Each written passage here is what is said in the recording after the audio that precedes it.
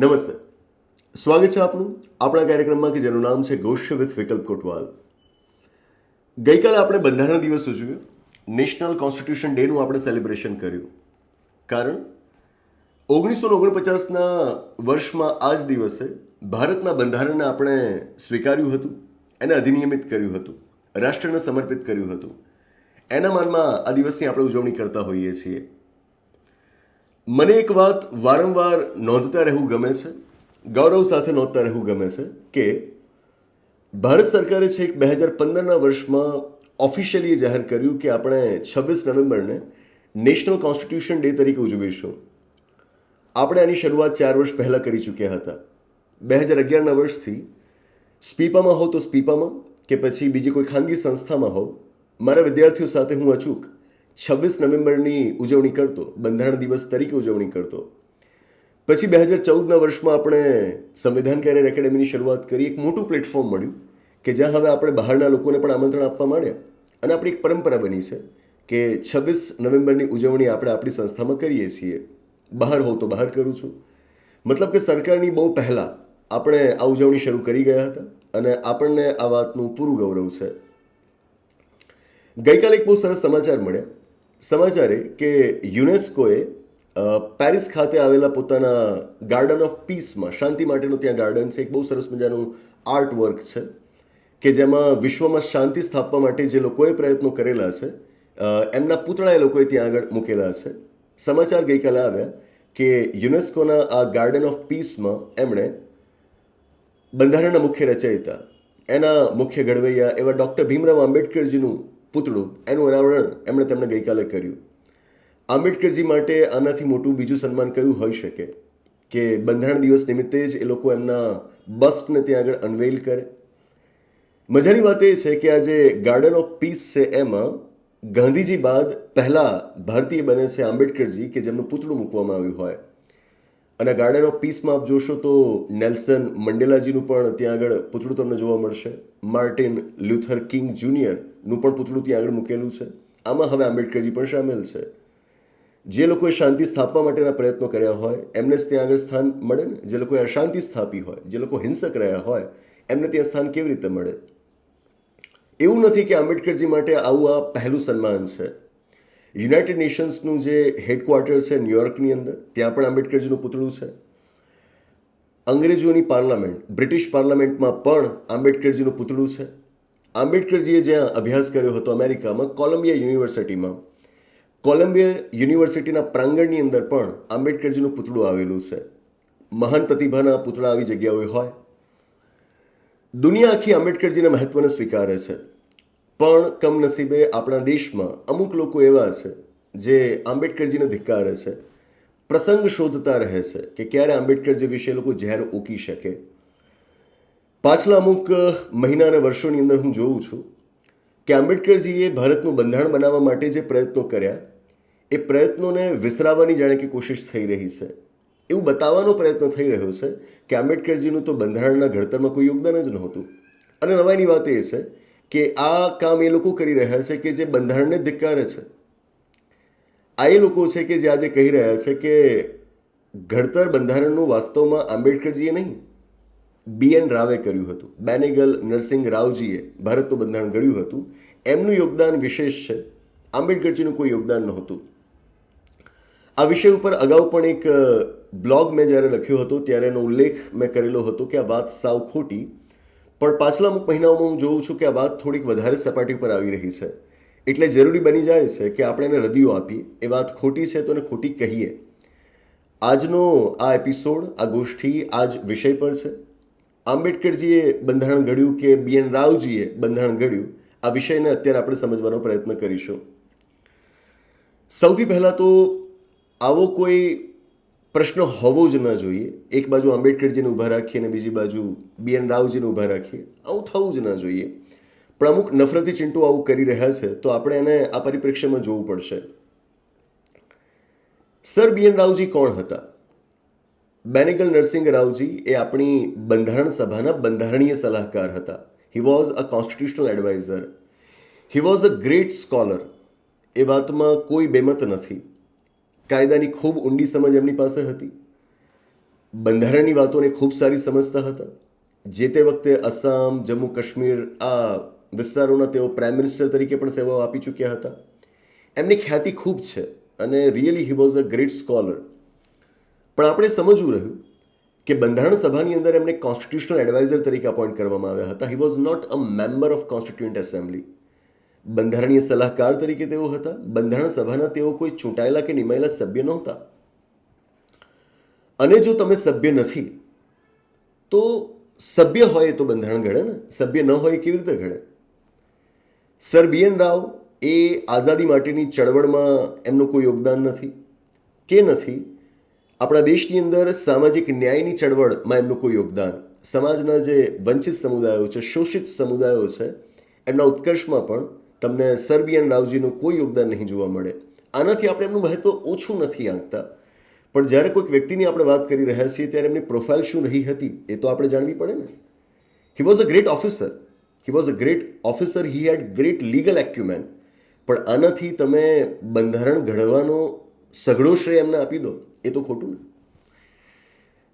હું એક પછી એક મુદ્દા તમને સમજાવું કે શા માટે આ વાતો ખોટી ઠરે. ભારતના બંધારણની અંદર આપણે આમુખ મૂકવાનો વિચાર કર્યો. આમુખ કે જેમાં આપણા બંધારણના ઉદ્દેશો, એના હેતુઓ, એની આપણે જાહેરાત કરી શકીએ. કોન્સ્ટિટ્યુશનલ એડવાઇઝર તરીકે સર BN રાવ હતા. એમણે આમુખ બનાવવાનો પ્રયત્ન કર્યો. એમણે એક પ્રિએમ્બલ બનાવ્યું હતું. ક્યારેક હું મારા વિદ્યાર્થીઓ સાથે શેર કરતો હોઉં છું કે સર BN રાવે પણ આપણા બંધારણ માટે એક આમુખ બનાવ્યું હતું. એ આમુખ કેવું હતું હું આપને વાંચીને સંભળાવું.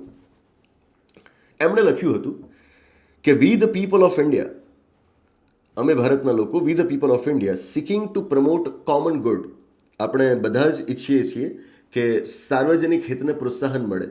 વી the people of India seeking to promote common good do hereby through our chosen representatives enact, adopt and give to ourselves this constitution. બસ પૂરું. શું લખ્યું છે એમણે? કે અમે ભારતના લોકો અમારા ચૂંટાયેલા પ્રતિનિધિઓ મારફતે સાર્વજનિક હિતને પ્રોત્સાહન આપવા માટે આ બંધારણને અધિનિયમિત કરીએ છીએ, અપનાવીએ છીએ અને અમારી જાતને સમર્પિત કરીએ છીએ. બસ આટલું જ. આમાં કોઈ આનાથી આગળ વધારે વાત નથી. આજે આપણા બંધારણમાં પ્રિએમ્બલ આવડું છે. વાંચ્યું છે તમે એનું આમુખ? આવડું જ છે આમુખ? બંધારણ સભાએ જે આમુખનો સ્વીકાર કર્યો એ આવડું છે? ના. આજે આપણું પ્રિએમ્બલ આ રીતે લખાયેલું છે.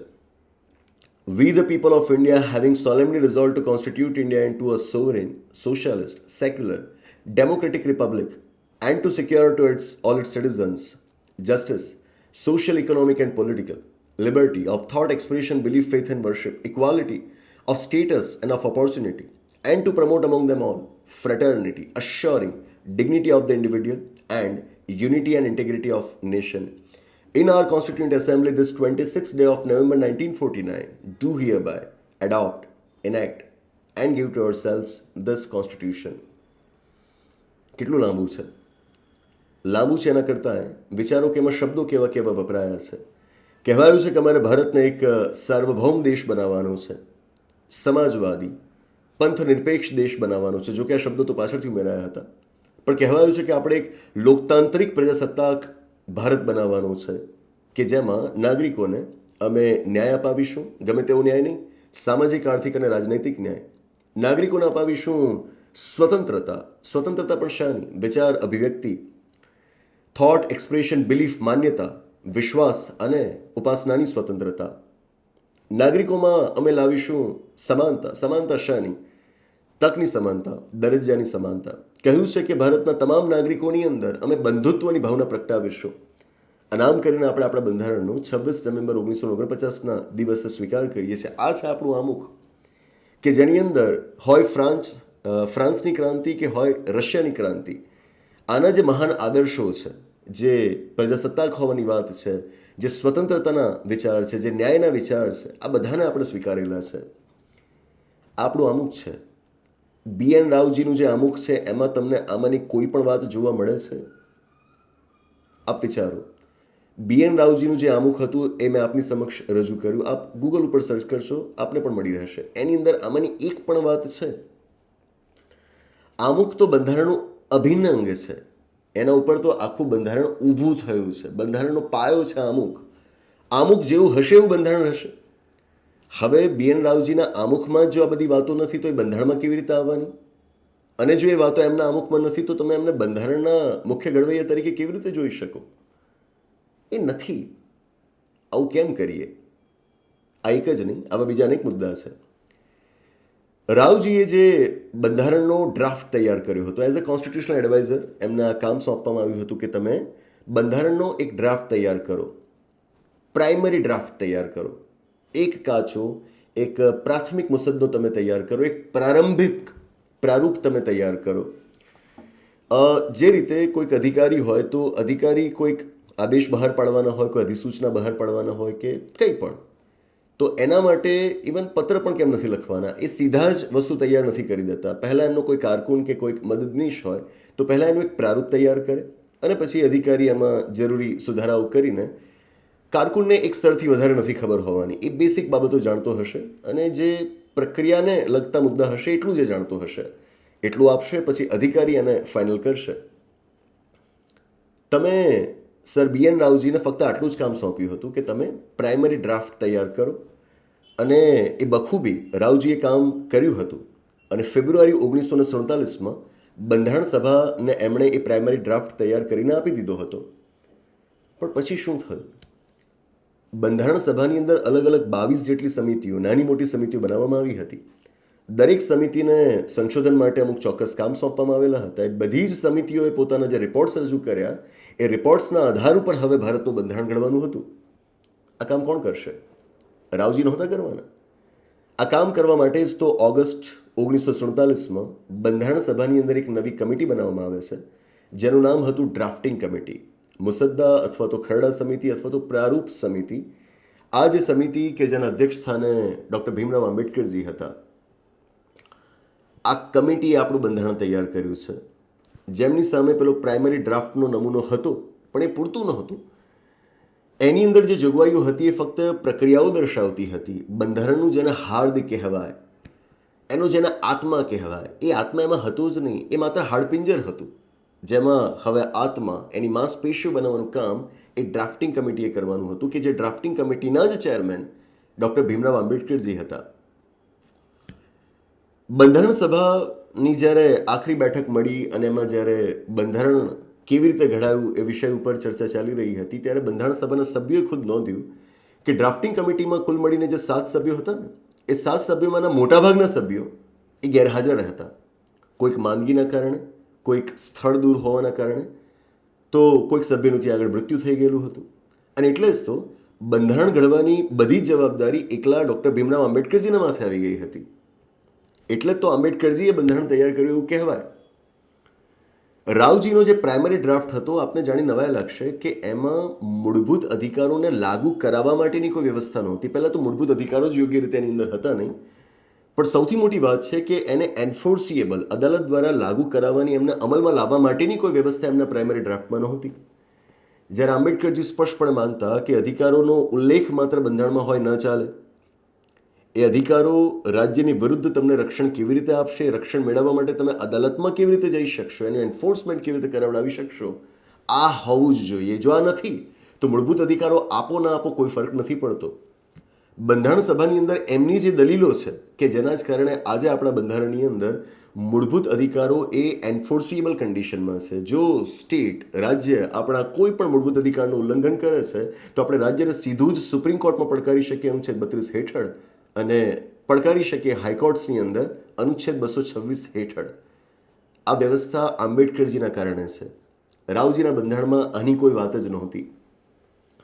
ભારતના બંધારણમાં ભાગ 3 મૂળભૂત અધિકારો વિશે છે અને ભાગ 4 directive principles of the state policy, રાજનીતિના માર્ગદર્શક સિદ્ધાંતો વિશે છે, કે જેમાં સરકારોને કહેવાયું છે કે સરકારોએ કામ કેવી રીતે કરવાનું રહેશે. આજે જે આવક સંપત્તિની અસમાન વહેંચણી આપણે જોઈએ છે, એને અટકાવવાનું કામ સરકારનું છે. એ આ DPSP ભાગ 4માં લખાયેલું છે. અરે ત્યાં સુધી કે એક સમાન નાગરિક સંહિતા દેશમાં લાવવા માટેની વાત પણ આ DPSPમાં જ કરાયેલી છે. નાના બાળકોનું અત્યાચાર શોષણની સામે રક્ષણ કરવાની વાત પણ આ ડીપીએસપીમાં જ કરાયેલી છે. મહિલાઓ જ્યારે ગર્ભાવસ્થા ધારણ કરે ત્યારે એમને રક્ષણ આપવા માટેની વાતો પણ આ ડીપીએસપીમાં કરાયેલી છે. આ બધી વાતો આ રીતે રાવજીના પ્રાઇમરી ડ્રાફ્ટમાં નહોતી, આંબેડકરજીના બંધારણમાં આવી. રાવજીનો જે પ્રાઇમરી ડ્રાફ્ટ હતો એમાં તો મૂળભૂત અધિકારોનું ડીપીએસપી એવું કશું અલગ હતું જ નહીં. બધું ભેગું મૂકી દીધું હતું, કન્ફ્યુઝિંગ મેનરમાં મૂકી દીધું હતું. અને એ પણ એવી રીતે કે જેમાં ન તો મૂળભૂત અધિકારોને મહત્વ મળતું હતું, ન તો રાજ્યનીતિના માર્ગદર્શક સિદ્ધાંતોને મહત્વ મળતું હતું. આંબેડકરજીએ કહ્યું કે આવું ન ચાલે, આવું ન હોવું જોઈએ. તમારે એને પ્રોપર સિસ્ટમેટિક મેનરમાં અને એ પણ મૂળભૂત અધિકારો એન્ફોર્સિએબલ સ્થિતિમાં આવે એ પ્રમાણે તમારે મૂકવાનું હોય. અને એટલે એમણે ભાગ 3 આ રીતે તૈયાર કરાવ્યો, ભાગ 4 ડીપીએસપી માટેનો અલગ તૈયાર કરાવ્યો. તો કેવી રીતે કહી દઈએ કે રાવજીએ બંધારણ ઘડ્યું છે? નથી ઘડ્યું. રાવજીનું જે બંધારણ હતું એમાં તમને દૂર દૂર સુધી ક્યાંય સામાજિક ન્યાયનો સિદ્ધાંત નહીં દેખાય. આપણે એમની કોઈ ભૂલ નથી કાઢતા, પણ એમની જે તે વખતની જે સમજ હતી એ સમજના આધારે કામ કરવાના હતા. મેં કહ્યું કે એ એક સરકારી સેવામાંના વ્યક્તિ હતા, તો એ ચોક્કસ સરકારી ઢબે તંત્ર કેવી રીતે ચલાવવું એના માટેની જ જોગવાઈઓ તમને પૂરી પાડી શકે. એનાથી આગળ નવા વિચારો, સામાજિક ન્યાયના વિચારોની અપેક્ષા તમે એમની પાસેથી રાખો એ ખોટું કહેવાય, એ રાખવી જ ન જોઈએ. તો રાવજીના પ્રાઇમરી ડ્રાફ્ટની અંદર તમને સામાજિક ન્યાયનો કોઈ જ વિચાર નહીં દેખાય. જે વંચિતો છે, જે શોષિતો છે, જે દબાયેલા કચડાયેલા છે, એમને આગળ લાવવા માટે આઝાદ ભારતમાં શું વ્યવસ્થા હશે એનું કોઈ જ વિઝન રાવજીના પ્રાઇમરી ડ્રાફ્ટમાં તમને નહીં દેખાય. આ બધી જ વાતો એ આંબેડકરજીએ દાખલ કરાવડાવી છે અને કરાવે જ ને. He was a great scholar કે જેમણે જે તે વખતે સાઉથ બરો કમિટીની સમક્ષ પોતાની રજૂઆત કરેલી હતી. સાયમન કમિશન સમક્ષ એમણે કોન્સ્ટિટ્યુશનલ રિફોર્મ્સ કેવા લાવી શકાય એની રજૂઆત કરેલી હતી. રાઉન્ડ ટેબલ કોન્ફરન્સીસ, ગોળમેજી પરિષદોની અંદર એમણે રજૂઆતો કરેલી હતી. આ રજૂઆતોને ખાલી તમે વાંચી લો ને, એ વાંચીને જ તમને સમજાઈ જાય કે આજ તો એ રજૂઆતો છે કે જે ઇવેન્ચ્યુઅલી ભારતના બંધારણમાં આવી છે. તમે ફક્ત આ સાઉથ બરો કમિટીની સમક્ષ આંબેડકરજીની જે રજૂઆતો છે, સાયમન કમિશન સમક્ષ એમનું પ્રેઝન્ટેશન છે, લંડન જઈને ગોળમેજી પરિષદમાં એમણે જે વાતો કરેલી છે, આ બધાનું ખાલી તમે સમેશન કરી દો, તમને સમજાઈ જશે કે આમાંથી તો આપણા બંધારણની ભાષા આવી છે. આ સીધું અને સ્પષ્ટ છે. આમાં કોઈ શંકાનું સ્થાન હોઈ જ ન શકે, કારણ કે આ તથ્ય આધારિત વાત છે.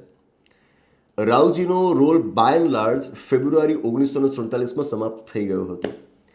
ભારતની બંધારણ સભા ડિસેમ્બર 1946થી કામ કરવાનું શરૂ કરે છે. પહેલાં કામ સોંપાયું રાવજીને કે તમે એક પ્રાઇમરી ડ્રાફ્ટ તૈયાર કરો, અને એ એમણે તૈયાર કરીને ફેબ્રુઆરી 1947માં આપી દીધો. વાત પૂરી. પછી એમનું ખાસ કોઈ કામ બચતું નથી. નો ડાઉટ વારે તહેવારે બંધારણ સભાએ એમની પાસેથી સલાહો માંગી અને એમણે આપી. પણ જે એક એક્ટિવ પાર્ટિસિપેશન જોઈએ એ એક્ટિવ પાર્ટિસિપેશન તો એમનું ફેબ્રુઆરી 1947માં જ પૂરું થઈ ગયું હતું. પછી આવી આપણી આ ડ્રાફ્ટિંગ કમિટી ઓગસ્ટ 1947માં, અને એણે આપણું બંધારણ ઘડ્યું, બંધારણનો ડ્રાફ્ટ તૈયાર કર્યો, બંધારણ સભા સમક્ષ મૂક્યો, લોકો સમક્ષ મૂક્યો, એમના સૂચનો માંગ્યા. જો તમને આમાં કોઈક સુધારા વધારાની આવશ્યકતા લાગતી હોય તો જણાવો. લોકોએ સૂચવ્યા પણ ખરા. 7,500થી પણ વધારે સુધારાઓ સૂચવવામાં આવ્યા હતા. Can you believe? 7,500થી પણ વધારે સુધારાઓ સૂચવવામાં આવ્યા હતા કે જેમાંથી જે ધ્યાને ન લેવા લાયક બાબતો હોય, ક્ષુલ્લક બાબતો હોય, એને બાદ કરીને લગભગ 2,500 જેવા મુદ્દાઓ હતા, સંશોધનો હતા કે જેના ઉપર આપણી આ બંધારણ સભાએ એની ડ્રાફ્ટિંગ કમિટીએ કામ કર્યું હતું. આ કેટલું વિશાળ કામ છે, આપણી કલ્પનાથી એ બહાર છે. અને આ કામ મોટાભાગના સંજોગોમાં ડૉક્ટર ભીમરાવ આંબેડકરજીએ એકલા હાથે માથે ઉપાડ્યું હતું. અને છતાં પણ આજે આપણે એવી દલીલ કરીશું કે ડૉક્ટર ભીમરાવ આંબેડકરજી નહીં, સર BN રાવ એ બંધારણના મુખ્ય રચયિતા હતા. વિચિત્રતાની વાત આ એટલા માટે કહેવાય કે એ લોકો કે જે બંધારણને ધિક્કારે છે, મેં અગાઉ પણ જણાવ્યું, એ લોકો આજે કહી રહ્યા છે કે બંધારણ મહાન છે.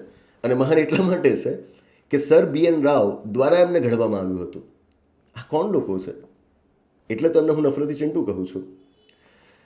તમે એક બાજુ બંધારણની ટીકા કરતા હો તો એ ટીકા કરતી વખતે બંધારણના ઘડવૈયા આંબેડકરજી હોય છે, બરાબર? અને જ્યારે વાત એવી કરવાની આવે કે સર BN રાવે બંધારણ ઘડ્યું હતું તો ત્યારે બંધારણ મહાન થઈ જાય છે. આ કેટલું વિરોધાભાસી છે. કારણ ફક્ત એટલું જ ને કે આંબેડકરજી એક ચોક્કસ સમુદાયમાંથી આવે છે જે સામાજિક ન્યાયની વાત કરે છે એ કદાચ આ નફરતી ચિંટુઓને પસંદ નથી, કારણ એનું એટલું જ ને, આવું કેમ, આ ન હોવું જોઈએ, ક્યારે ન હોવું જોઈએ. કદાચ આંબેડકરજી અને સર બી એન રાવજી અત્યારે હયાત હોત તો એ વિચારમાં પડી જાત કે આ લોકો શું કરી રહ્યા છે. આંબેડકરજી તો એ વ્યક્તિ છે, આખી બંધારણ સભાએ બંધારણ ઘડવાનો શ્રેય એમને એકલામને આપ્યો હતો.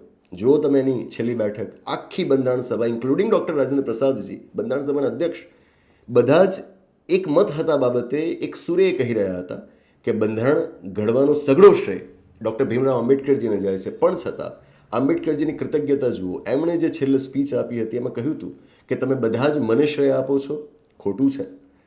આ શ્રેયના હકદાર બીજા લોકો પણ છે કે જેમાં એમણે જે એમની સાથે ડ્રાફ્ટિંગ કમિટીના મેમ્બર્સ હતા એમનો ઉલ્લેખ કર્યો, બીજા લોકોનો ઉલ્લેખ કર્યો, સર બી એન રાવજીનો પણ એમણે ઉલ્લેખ કર્યો કે હું એમના પ્રતિ પણ મારી કૃતજ્ઞતા વ્યક્ત કરું છું. આ હોય મહાન માણસ કે જ્યાં ખરા અર્થમાં બધું શ્રેય એમને અપાયો છે ને અપાવવો જ જોઈએ, છતાં પણ એ સંપૂર્ણ શ્રેય લેતા નથી અને સર બી એન રાવજીને પણ આનો શ્રેય આપે છે. અને આજે આપણે શું કરીએ છીએ, આપણે એટલે કે આ લોકો શું કરી રહ્યા છે, નફરતી ચિંટુઓ શું કરી રહ્યા છે. તમારી બને કે કોઈ એક ચોક્કસ રાજકીય વિચારધારા હોય અને રાજકીય વિચારધારાની સફળતા માટે આપણે કંઈક કરવાનું થાય કરો, પણ એમાં ઇતિહાસને આમ મારવાનું કામ તો ન થવું જોઈએ, ઇતિહાસને ભૂલાવાનું કામ તો ન થવું જોઈએ, તથ્યો સાથે તો સમાધાન ન કરો. અને કરો છો ત્યારે તમે કેટલા ભૂંડા દેખાઓ છો, કેટલા કદરૂપા લાગો છો એ તો વિચારો. આ નફરત સાથે તમે કેટલા ભૂંડા, કેટલા કદરૂપા લાગો છો એ તો વિચારો. સર બી એન રાવજીને તમે બંધારણ મુખ્ય રચયિતા કહી દો, કેટલું વિચિત્ર લાગે. બરાબર, આ બાબતોને આપણે સમજીએ. મેં જેમ તમને એક એનાલોજી સમજાવી, ક્લર્ક અને ઓફિસરના કામ જેવું કામ બંધારણ સભામાં પણ થયું છે. રાવજીનું યોગદાન જરાય ઓછું નથી, પણ એમણે જે તૈયાર કર્યો હતો એ કોન્સ્ટિટ્યુશનનો ટેકનિકલ આસ્પેક્ટ છે, પ્રોસિજરલ આસ્પેક્ટ છે, એનું આત્મા પૂરવાનું કામ આંબેડકરજીએ કર્યું છે. બંધારણ સભાની ચર્ચાઓ ક્યારેક જોજો, દળદાર ચર્ચાઓ છે, ઘણા બધા ગ્રંથોમાં એ લખાયેલી છે અને એમાં દર બીજા ત્રીજા પાને તમને એક નામ જોવા મળશે અને છે ડૉક્ટર ભીમરાવ આંબેડકરજી. બરાબર, એટલે જ એમને બંધારણના મુખ્ય રચયિતા કહેવાયા છે. કોન્સ્ટિટ્યુશનની અંદર એક સબસ્ટેન્ટિવ પાર્ટ હોય, એક પ્રોસિજરલ પાર્ટ હોય. પ્રોસિજરલ પાર્ટ તો કોઈ પણ તૈયાર કરી શકે, હું અને તમે કરી નાખીએ, એમાં કોઈ મોટી વાત નથી. પ્રક્રિયાઓ આમ હોય તેમ હોય, બરાબર, નોટ ધેટ વે. એ પ્રોસિજર્સની પાછળ સબસ્ટન્સ શું છે, સબસ્ટેન્ટિવ પાર્ટ નક્કી કરો, દેટ્સ ધ રિયલ ગેમ. અને એ કામ કર્યું છે ડૉક્ટર ભીમરાવ આંબેડકરજી. અને એટલે જ આજે પણ આપણા દેશમાં બાબા સાહેબ અને બંધારણ એ બે સમાનાર્થી શબ્દો તરીકે જોવાય છે. બાબા સાહેબનું નામ એટલે આવે એટલે અચૂક બંધારણનો ઉલ્લેખ આવશે જ. બંધારણની જે વાત આવે ત્યાં આંબેડકરજીનો ઉલ્લેખ કર્યા વગર ન ચાલે, જે હમણાં યુનેસ્કોએ પણ કર્યો, યુનાઇટેડ નેશન્સમાં પણ થયું છે, વિશ્વના દરેક ખૂણે થાય છે. પણ કમનસીબે આપણા સમાજની અંદર આવા ચંદ થોડાક નફરતી ચિંટુઓ છે કે જે વાતાવરણને ડહોળતા રહે છે. એમનાથી ખાસ કાંઈ થશે નહીં અને આપણે થવા દઈએ પણ નહીં, પણ જરૂરી બની જાય ને કે વારે તહેવારે આપણે આંબેડકરજીના આવા યોગદાનને યાદ કરતા રહીએ. સામાજિક ન્યાય માટે જેણે પોતાનું આખું જીવન હોમી દીધું, એમના પ્રયત્નોને આપણે યાદ કરતા રહીએ. અને એટલે જ આ ગોષ્ઠી આપણે આજે કરી. આશા રાખું કે ઇતિહાસનો આ જે પરિપ્રેક્ષ્ય આપની સમક્ષ મેં રજૂ કર્યો, એ જે સંદર્ભ મેં આપની સમક્ષ રજૂ કર્યો, એ આપણે સમજાયો હશે. અને જેમ હું કહેતો રહું છું કે દરેક વસ્તુઓની ખરાઈ કરતા રહેવું. આજે હું આપની સમક્ષ જે કોઈ પણ રજૂઆતો કરી રહ્યો છું, તથ્યો કહી રહ્યો છું, એ બધા જ તથ્યો આપ બહુ સરળતાથી ઇન્ટરનેટના સમયમાં ગૂગલ પરથી મેળવી શકો છો. વાર કેટલી? જાઓ, વાંચો, શોધો. કેટલી વાર? વાંચો, શોધો, જાણો, અભ્યાસ કરો, ભરપૂર અધ્યયન કરો. અને જ્યાં જ્યાં આ લોકો ખોટી રીતે ઇતિહાસની વાત કરતા હોય એમને પડકારો, એમના મોઢે જઈને કહો કે તમે ખોટા છો. આ તો કરવું પડશે. એમને વધારે વિસ્તરવા ના દેવાય, એમને રોકવા પડશે. અને પોપ્યુલર કલ્ચરની અંદર આ વાતોને આપણે વધારે લાવવી પડશે કે બી એન રાવજી નહીં, ડૉક્ટર ભીમરાવ આંબેડકરજી જ ભારતના બંધારણના ખરા રચયિતા છે. જે અભ્યાસુ જીવ નથી, જેને વાંચતા નથી આવડતું, એનાથી આ બધું કામ નહીં થાય અને એની પાસે કોઈ અપેક્ષા પણ આપણે રાખતા નથી. પણ જે લોકો સમાજને એક સારા ઉદ્દેશ્ય સાથે ચલાવવા ઈચ્છે છે, એક ઢંગથી એ આગળ વધે એમ ઈચ્છે છે, એમની પાસેથી આ અપેક્ષા છે, એક રિક્વેસ્ટ છે કે વસ્તુઓને જાણો, સમજો, વાંચો અને લોકો સુધી પહોંચાડો. બસ એ જ આશા રાખું કે આ ગોષ્ઠી આપને ગમી હશે. આપના જે વિચારો હોય નીચે જાણવા ગમશે કોમેન્ટ સેક્શનની અંદર. કહીશ તમને, નફરતી ચિંટુ આવતા જ હશે દર વખતની માફક. આવા કોઈ પણ વિષય ઉપર આપણે જ્યારે ચર્ચા કરતા હોઈએ ત્યારે એ લોકો સક્રિય બની જાય, બરાબર. આમ એ લોકો સુષુપ્ત અવસ્થામાં હોય, પણ આવા સમયે સક્રિય બની જાય અને અપશબ્દો લખવા, ગાળાગાળી કરવા માટે એ દોડતા આવશે. નજરઅંદાજ કરવાના, એમને જરા ધ્યાન પર નહીં લેવાના. આપણે એમને ધ્યાન પર ન લઈએ એનાથી મોટી નિષ્ફળતા એમની બીજી કંઈ, બરાબર. તો એમને દૂર રાખવાના, એમની સાથે કોઈ જ સંબંધ નહીં, કોઈ વાત નહીં. આપણે બહુ શિષ્ટ ભાષામાં, સંસ્કારી ભાષામાં આપણી જે રજૂઆત છે મૂકવી. બસ એ જ. તો આની સાથે આ ગોષ્ઠીની આગળ સમાપ્ત જાહેર કરું છું. આવનારા એપિસોડમાં આવી જ કોઈક નવી વાત સાથે, એક રસપ્રદ ચર્ચા સાથે, એક નવી ગોષ્ઠી સાથે પાછા મળીશું. આભાર. નમસ્તે.